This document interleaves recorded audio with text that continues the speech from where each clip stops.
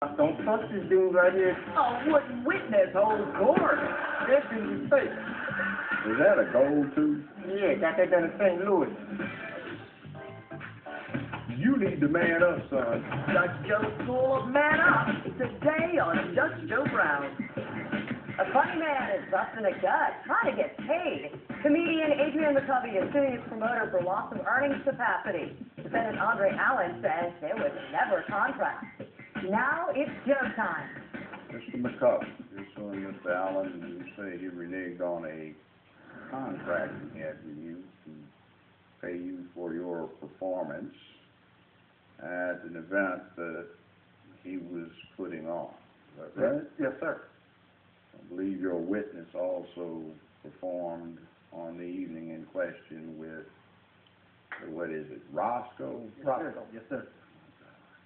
We're trying to have the dummy testify too. Did you swear in the dummy? He'll have to be sworn before we get into that. But anyway, that's another thing. And Mr. Allen, you say you didn't get paid, so how can anybody else get paid because the thing was not a successful venture? Is that right? Yes, sir. Okay, we also have a check that seems to have been post-dated that did not clear. Okay, Mr. McCovy, you first, sir. Well, Your Honor, Andre booked me to perform. He had a show out in San Diego, which I was supposed to be the host. And the contract guaranteed me $800 to host the event. So with that agreement, I told him as long as the show started at 8 o'clock, like it was supposed to start, because I had a prior engagement that I booked afterwards to do a late night where I headlined the venue at the Ontario Improv. So with that being said, we performed, we did the show, and at the end of the night, when it was time for me to get paid, he was supposed to pay me cash, and Andre came with a scribble-scrabble check. It doesn't even look official. It looked like he printed it up off the internet and he gave it to me, and then it was short of the money that the contract stipulated. Okay, so you missed out on a gig afterwards, so you claim that is consequential damages after your reliance on the representation of the defendant. Now, I have a copy of that agreement. It's between you and the defendant. The performance is, as said, 8 p.m. The date is given. The address in San Diego is given, which seems to be the, in fact, address of the venue. And I note one thing down here. Did you read this on your contract or agreement with the defendant that the payment is supposed to be 30 days prior to the event, or down payment? Down payment, correct. Balance due 1 hour before performance. Correct. And did you get the 100s?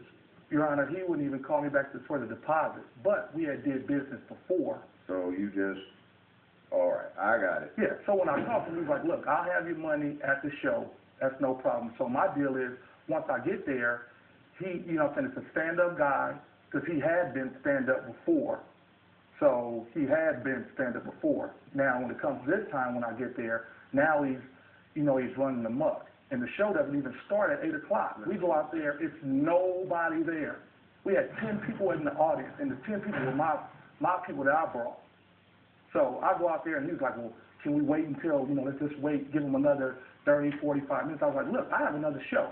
He's like, well, just give us till 9. So I said, okay, by 9:45, I need to be up out of here. Now, let me ask you a question. How much were you supposed to get for the other gig, our show?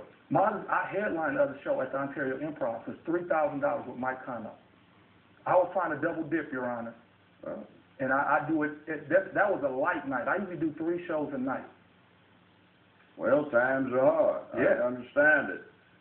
And I was on a specific time frame, so when I got there to host the show, and I walk out, and there's 10 people there, and I'm like, dude, we ain't got but 10 people out there, so we're going to start the show now. He was like, well, hold on, there's going to be some more people coming. Did they come? Were you there, sir? No. It was nobody. It was 10 people there. All right. But the show started on time, sir. All right, well, he's saying it did not.